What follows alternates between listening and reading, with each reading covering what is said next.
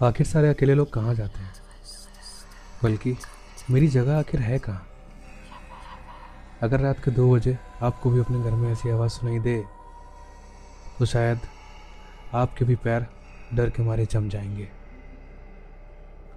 1970 के दशक के आखिर में जो अपनी वाइफ रोज़ और उसके पिछली मैरिज से हुए 2 बच्चों के साथ इंग्लैंड के एक पुराने एस्टल हाउस में रहने आया था। घर बाहर से बिल्कुल नॉर्मल दिखता था, लेकिन अंदर से एक अजीब सी बेचैनी महसूस होती थी। हवा में सीलन की स्मेल रहती थी। ऊपर वाला हॉलवे ज़रूरत से ज़्यादा ठंडा रहता था और रात होते ही घर ऐसे शांत हो जाता था जैसे कोई सांस रोक के बैठा हो। शुरुआत में जो ने इन सभी बातों को इग्नोर किया, लेकिन रोज़ को शुरू से लगता था कि उस घर में कुछ भी ठीक नहीं है। कई रातों में वो अचानक जाग जाती और उसके ऊपर किसी के चलने की आवाज़ सुनाई देती। धीमे कदम, जैसे कोई बच्चा हॉलवे में घूम रहा हो। लेकिन जैसे ही जो ऊपर जाके दिखती तो वहाँ कोई नहीं होता। फिर मई 1979, एक ऐसी रात जब सब बदल गया। रोज़ किचन में अकेली खड़ी थी। बाहर तेज हवा चल रही थी। घर के बाकी लोग सो चुके थे और तभी ऊपर से एक छोटी बच्ची की आवाज़ गूंजी, मामा मामा, दिस इज सेरेना। रोज़ के हाथ से ग्लास छूट के गिर गया नीचे। आवाज़ इतनी साफ थी कि जैसे कोई उसके कान में बोल रहा हो। वो डरते हुए हॉलवे की तरफ बढ़ी, लेकिन ऊपर कुछ नहीं था, सिर्फ अंधेरा और ठंडी हवा। उस रात के बाद घर का माहौल पूरी तरह से बदल गया। अब ऑलमोस्ट हर रात उस छत पर किसी के चलने की आवाज़ सुनाई देती। कभी बच्चों की हंसी, कभी धीमी सी फुसफुसाहट। और सबसे अजीब बात तो ये थी कि जब भी सराना की आवाज़ सुनाई देती थी तो उसके बाद जो के परिवार के साथ कुछ बहुत बुरा होता था। पहली बार आवाज़ सुनने के कुछ ही दिनों बाद उसकी बेटी डेजी का टॉन्सिल का ऑपरेशन हुआ। बहुत सिंपल सी बात लग रही होगी आपको, लेकिन ऑपरेशन के टाइम पे ही उसकी हार्ट बीट एकदम से रुक गई। डॉक्टर्स ने भी हार मान ली, लेकिन फिर भी जैसे तैसे करके उसे बचाया गया। समय धीरे धीरे आगे बढ़ता रहा और घर का माहौल और भी ज़्यादा डरावना होता चला गया। एक रात जो अचानक नींद से जगा और जब वो उठा तो उसने देखा कि कमरा अजीब तरीके से ठंडा हो चुका है। इतना ठंडा जैसे मानो किसी ने उसे फ्रीजर में लिटा दिया। और तभी किसी की फुसफुसाने की आवाज़ आई, जो वेगा, जो वेगा। जो ने तुरंत बगल में देखा तो उसकी बीवी रोज़ बुरी तरह से तड़प रही थी, जैसे कोई उसका गला दबा रहा है। जो ने उसे जोर से हिला करके उठाया। रोज़ हाफते हुए रोने लगी।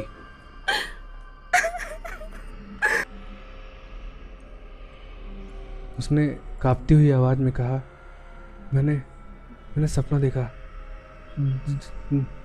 मेरा मेरा मेरा एक्स हस्बैंड मेरा मेरा गला दबा रहा था। और उस रात के बाद घर में कोई भी चैन से सो नहीं पाया। बच्चे रात में अचानक उठकर कमरे को घूरने लगते। कई बार डेजी बिना वजह रोने लगती और वो बोलती, वो छोटा लड़का ऊपर खड़ा है, वो छोटा लड़का ऊपर खड़ा है। लेकिन जब जो ऊपर जाता और वहाँ पर जाकर देखता तो वहाँ कोई नहीं होता। कुछ महीने बाद रोज़ ने पहली बार उस लड़के को अपने आँख से देखा। एक छोटा बच्चा पूरा सफ़ेद कपड़ों में खड़ा हुआ था। वो धीरे धीरे हॉल में चल रहा था और हर कमरे के अंदर झांक रहा था। सबसे डरावनी बात यह थी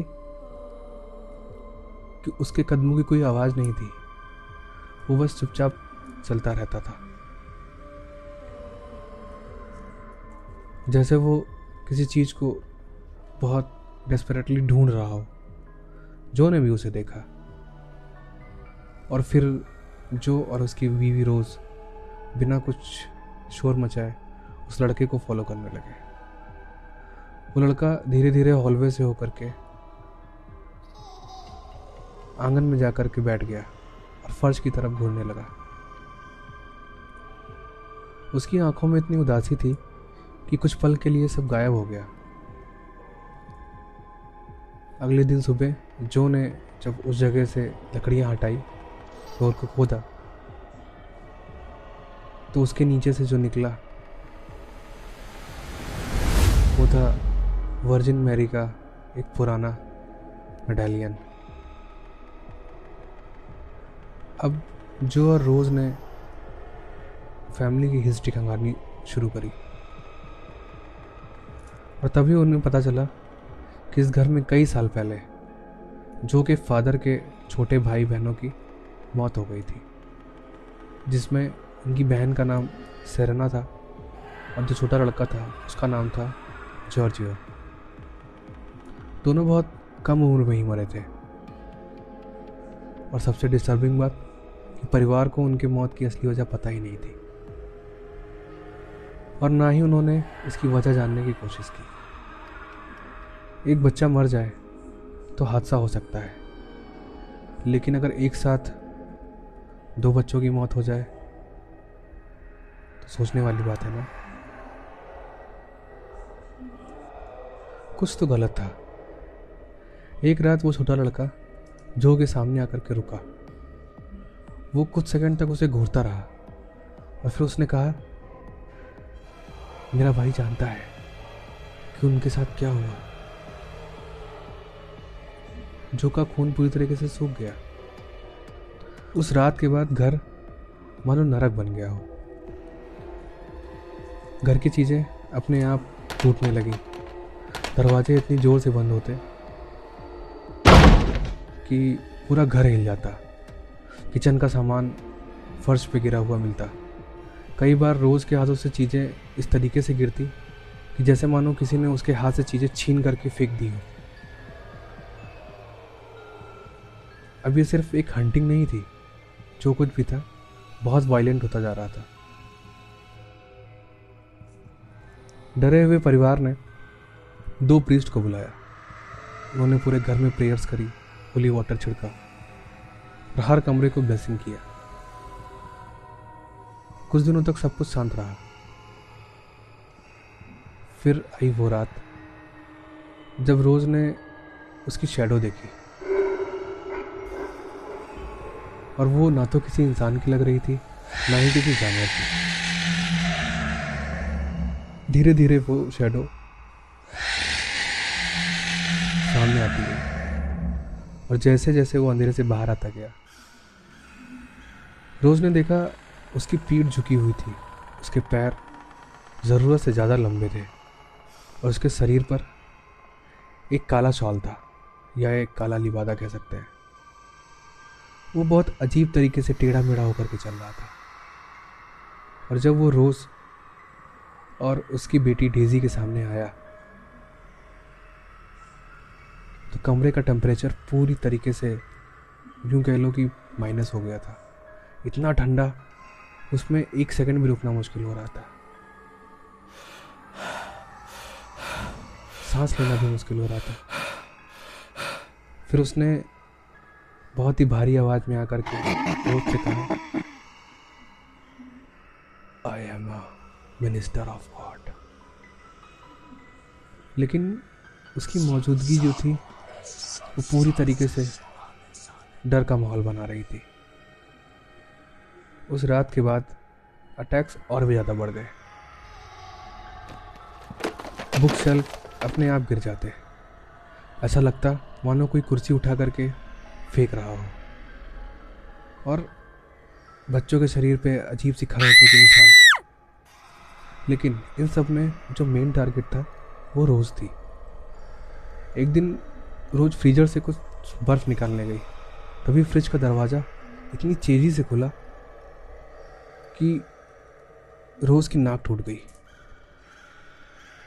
लेकिन असली खौफ तो अभी बाकी था। एक रात जो की आँख अचानक खुल गई। उसने अपने बगल में देखा तो रोज़ वहाँ पर नहीं थी। तभी उसने ऊपर देखा और जो उसने देखा उसके पैरों के तले ज़मीन खिसक गई। उसने देखा कि रोज़ हवा में लटकी हुई है और उसका शरीर पूरी तरीके से हवा में झूल रहा है। और अगले ही पल वो जोर से फर्श पे गिरा। रोज़ इतनी जोर से चिल्लाई कि उसकी चीख पूरे घर में गूंज उठी। कुछ दिनों बाद कुछ ऐसा हुआ जिसने जो को वो घर छोड़ने पर मजबूर कर दिया। एक रात जब जो अपने काम पर था, उसकी नाइट शिफ्ट थी, तब भी उसके घर से कॉल आया कि आप जल्दी घर आइए, मॉम की हालत ठीक नहीं है। जो जैसे ही घर आया और अब वो अपने बेडरूम में गया तो उसने क्या देखा कि उसका बेड पूरी तरीके से हवा में झूल रहा है और रोज़ एक कोने में क्रॉस को पकड़ के रो रही है।